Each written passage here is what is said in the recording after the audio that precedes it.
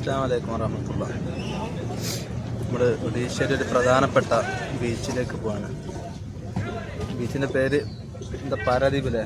പാരാദ്വീപ്. നമ്മൾ ഇബ്രാഹിം എല്ലാവരും ഉണ്ട്. അപ്പോൾ വൈക്കൽ നമ്മൾ ചായ കുടിക്കാൻ വേണ്ടിയിട്ട് ഇറങ്ങിയതാണ്. നല്ല ചൂടുള്ള ചായ, നല്ല തണുത്ത കാലാവസ്ഥയൊക്കെയാണ്. അപ്പോൾ പോകുന്ന കാഴ്ചകളൊക്കെ ഒന്ന് കാണാൻ ഇഷ്ടമാണ്. ഒഡീഷയിലെ ജഗത്സിംഗ്പൂർ ജില്ലയിൽ കട്ടക്കിൽ നിന്ന് ഏകദേശം 90 കിലോമീറ്റർ അകലെയുള്ള പ്രധാന വ്യവസായ തുറമുഖ പട്ടണമാണ് പാരാദ്വീപ്. 17-ാം നൂറ്റാണ്ടിന് തുടക്കത്തിൽ മഹാനദിയിലൂടെയും അതിൻ്റെ ശാഖകളിലൂടെയും പാരാദ്വീപും അതിൻ്റെ സമീപ പ്രദേശങ്ങളും കട്ടക്കുമായി ബന്ധിപ്പിച്ചിരുന്നു. ഗ്രാമപ്രദേശങ്ങളിൽ നിന്ന് ബ്രഹ്മാണി, ധംര നദികളിൽ വഴിയാണ് കട്ടക്കിലേക്ക് സാധനങ്ങൾ നടത്തിക്കൊണ്ടിരുന്നത്. റോഡ് സംവിധാനങ്ങളുടെ വ്യാപനവും നദീതടത്തിൽ മണ്ണിടിച്ചിൽ കാരണവും ഇത് ക്രമേണ നിർത്തലാക്കി.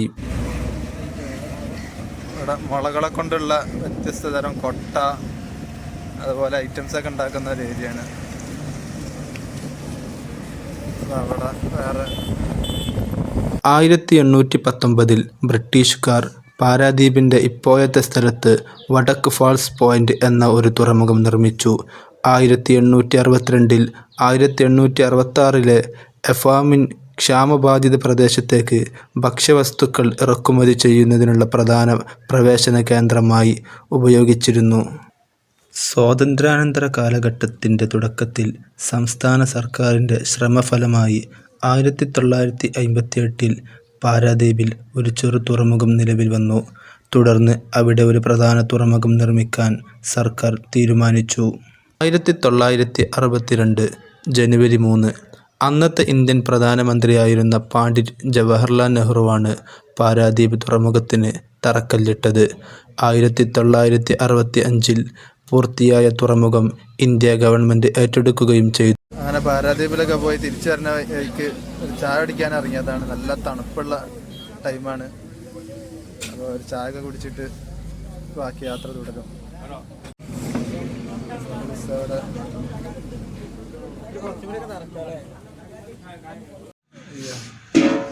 അങ്ങനെ നമ്മുടെ പാരാദ്വീപ് സന്ദർശനമൊക്കെ കഴിഞ്ഞ് നമ്മൾ അവസാനം സമാപിക്കുകയാണ് നമ്മുടെ യാത്ര. എങ്ങനെയുണ്ട് നമ്മുടെ യാത്ര എങ്ങനെ ഉണ്ടായിരുന്നു?